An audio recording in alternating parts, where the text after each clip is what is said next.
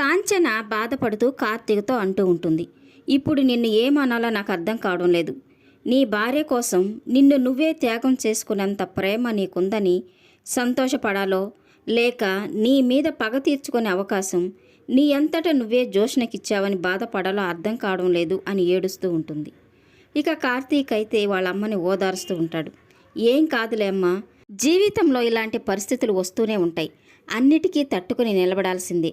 ఆవేశంలో జోష్న అలా మాట్లాడింది, కానీ ఏం చేయాలో నాకు బాగా తెలుసు. నేనేమీ ఆలోచన లేక ఆ అగ్రిమెంట్ మీద సంతకం పెట్టలేదమ్మా, బాగా ఆలోచించే పెట్టాను. ఇది ఒక రకంగా మనకు మంచికే, అదేంటో ముందు ముందు నీకే తెలుస్తుంది. నీ కొడుకు తప్పు చేయడు, ఏం చేసినా దానికి ఒక బలమైన కారణం ఉంటుంది. నీ నమ్మకాన్ని ఒమ్ము చేయను, నన్ను నమ్ము అని కాంచనని ఓదారుస్తూ ఉంటాడు. ఇక తన గదిలోకి వెళ్ళేసరికి దీప కూర్చొని ఏడుస్తూ ఉంటుంది. ఏడవకు దీప అని తనని ఓదారుస్తూ ఉంటాడు. ఇక దీప, మీరు నన్ను బ్రతికించుకున్నందుకు ఆనందపడ్డాను, ఇప్పుడు బాధపడుతున్నాను అని అంటూ ఉంటుంది. ఇక కార్తీకు, నా ప్లేస్లో నువ్వే ఉంటే ఏం చేస్తావు దీప? ప్రాణాలు పోతే పోనివ్వు అని వదిలేస్తావా అని అడుగుతూ ఉంటాడు. ఆ అగ్రిమెంటు అడ్డం పెట్టుకొని జోష్న ఏం చేస్తుందో తెలుసా మీకు అని అంటూ ఉంటుంది. ఇక దీప మాటలకి కార్తీకు, తనేం చేస్తుందో నీకు తెలుసు, కానీ నేనేం చేస్తానో నీకు తెలియదు కదా అని అంటుంటాడు. ఇక దీప, వద్దు కార్తీక్ బాబు, మీరు నాకు సర్ది చెప్పాలని చూడకండి, ఆ అగ్రిమెంట్ తన దగ్గర ఉండకూడదు, ఏం చేస్తారో చేయండి అని కోపంగా అంటూ ఉంటుంది. ఇక కార్తీకు, చిన్నప్పుడు నేను కోనేట్లో మునిగిపోతుంటే లోతెంతుందో తెలియకుండానే నీళ్ళలో దిగి నన్ను కాపాడావు కదా, ఎందుకు నా ప్రాణం పోతుందనే కదా. అదే కోనేట్లు ఊబి ఉండుంటే అందులో ఇరుక్కుపోయి నీ ప్రాణాలు పోయేవి కదా, దాని గురించి నువ్వు ఏమాత్రమే ఆలోచించావా? నా ప్రాణాలు కాపాడాలని నీళ్ళలోకి దిగావు. నీ ప్లేస్లో అమ్మున్నా శౌర్య ఉన్నా నేను ఇలాగే చేసేవాడిని. మీ అందరినీ కాపాడుకోవడం నా బాధ్యత. నేను తీసుకున్న ఈ బాధ్యతలు నాకు మరొక కొత్త బాధ్యతను చూపించాయి అని చెప్తూ ఉంటాడు. ఇక దీప ఏంటది అని అడుగుతూ ఉంటే, అదేంటో కాలమే చెప్తుంది దీప. నేను కొంత పోగొట్టుకుంటే ఎంతో సాధించే రకం. నేను తల వంచడానికి సిద్ధపడ్డాను అంటే ఎక్కడ తల ఎత్తుతాను తర్వాత నీకు అర్థమవుతుంది అని దీపతో చెప్తూ ఉంటాడు.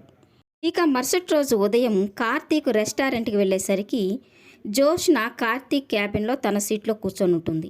ఇక కార్తీక్ని చూడగానే జోష్న, రా బావా, నీకోసమే వెయిట్ చేస్తున్నాను. నువ్వు కూర్చునే సీట్లో నేను కూర్చునేసరికి కోపం వచ్చిందా? నీ ప్లేస్లో నీ క్యాబిన్లో నేను ఇప్పుడు కూర్చున్నాను, ఇలా కూర్చోవడం నీకు నచ్చలేదా అని అడుగుతూ ఉంటుంది. ఇక కార్తీక్ అయితే, నువ్వు ఇంటికి రాకుండా ఉండాల్సింది అని జోష్నతో అంటూ ఉంటాడు.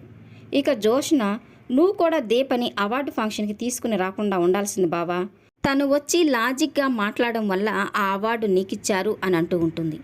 ఇక కార్తీక్, అవార్డు అందుకునే అర్హత దీపకుంది కాబట్టే తనని తీసుకొచ్చాను అని చెప్తూ ఉంటాడు. ఇక జోష్న, దీపతో నువ్వు సంతోషంగా ఉంటే నేను చూడలేను, తనని నాశనం చేయడానికి నేను ప్రతిసారి ప్రయత్నిస్తూనే ఉంటాను అని అంటూ ఉంటుంది. ఇక కార్తీక్, రెస్టారెంట్ బాధ్యతలు నువ్వు తీసుకున్నప్పుడు నేను ఇక్కడికి రావడం అవసరమా అని అంటుంటాడు. ఇక జోష్న, అవసరమే బావా, నువ్వు రోజు రెస్టారెంట్కి రావాలి, నాతోనే ఉండాలి, నాతోనే తినాలి, నాతోనే తిరగాలి, లేదంటే నువ్వు అగ్రిమెంట్ క్యాన్సిల్ చేస్తే క్షమాపణగా 24 గంటల్లో నాకు 10 కోట్లు కట్టాలి, గుర్తుంది కదా అని అంటూ ఉంటుంది. ఇక కార్తీక్, పదే పదే అదే విషయాన్ని ఎందుకు గుర్తు చేస్తావు, అసలు నువ్వు ఎందుకు పిలిచావు చెప్పు అని అంటుంటాడు. ఇక జోష్న, చూడు బావా, ఈ టేబుల్ అంతా దుమ్ము పట్టేసింది, కాస్త క్లీన్ చెయ్యి అని అంటూ ఉంటుంది.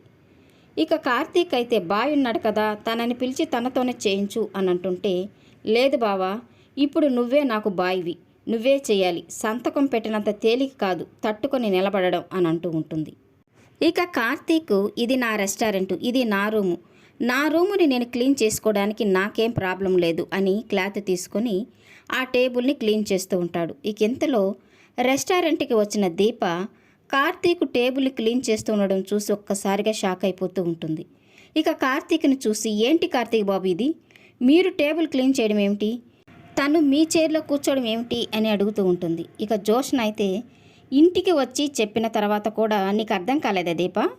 అగ్రిమెంట్ జెరాక్స్ కూడా ఇచ్చాను కదా, చదువుకోలేదా లేక చదివింది అర్థం కాలేదా అని అడుగుతూ ఉంటుంది.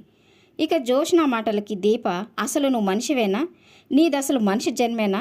కార్తీక్ బాబు ఎవరు, నీ మేనత్త కొడుకు, బావా బావా అని తన వెనకపడి చచ్చేదానివి కదా, మరిప్పుడు ఏంటి ఇలాంటి పనులు చేస్తున్నావు, ఇదేనా ప్రేమంటే అని అడుగుతూ ఉంటుంది.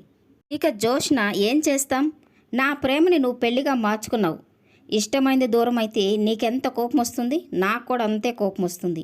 కోపం వచ్చింది కదా అని నేను ఒక్కదాన్నే కూర్చొని ఏడిస్తే ఏం బాగుంటుంది? మిమ్మల్ని కూడా ఒక చూపు చూడాలి కదా అని అంటూ ఉంటుంది. ఇక దీప, దేవుడు కూడా నేను ఒక చూపు చూస్తాడు, నువ్వు చేసిన దానికి 3 రెట్లు అనుభవిస్తావు అని తిడుతూ ఉంటుంది. ఇక జోష్న, ఏంటి కార్తీక్ గారిది, ఏంటి మాకు ఈ టార్చరు, తనని ఇక్కడి నుంచి వెళ్ళిపోమని చెప్పండి అని అరుస్తూ ఉంటుంది. ఇక దీప కూడా, ఆయన ఇలాంటి పనులు చేయరు అని తను కూడా అంటూ ఉంటుంది. ఇక జోష్న, నాకు కాఫీ తాగాలన్నది బావా, టేబుల్ మీద ఫ్లాస్క్లో కాఫీ ఉంది, పోసివ్వు అని అడుగుతూ ఉంటుంది. ఇక దీప, వద్దు కార్తీక్ బాబు, మీరు ఇవ్వకండి, మీలాంటి పనులు చేయకండి అని అంటూ ఉంటుంది. ఇక కార్తీక్ టేబుల్ మీద ఉన్న ఫ్లాస్క్లోంచి కప్పులో కాఫీ పోసి జోష్నకి ఇస్తూ ఉంటాడు.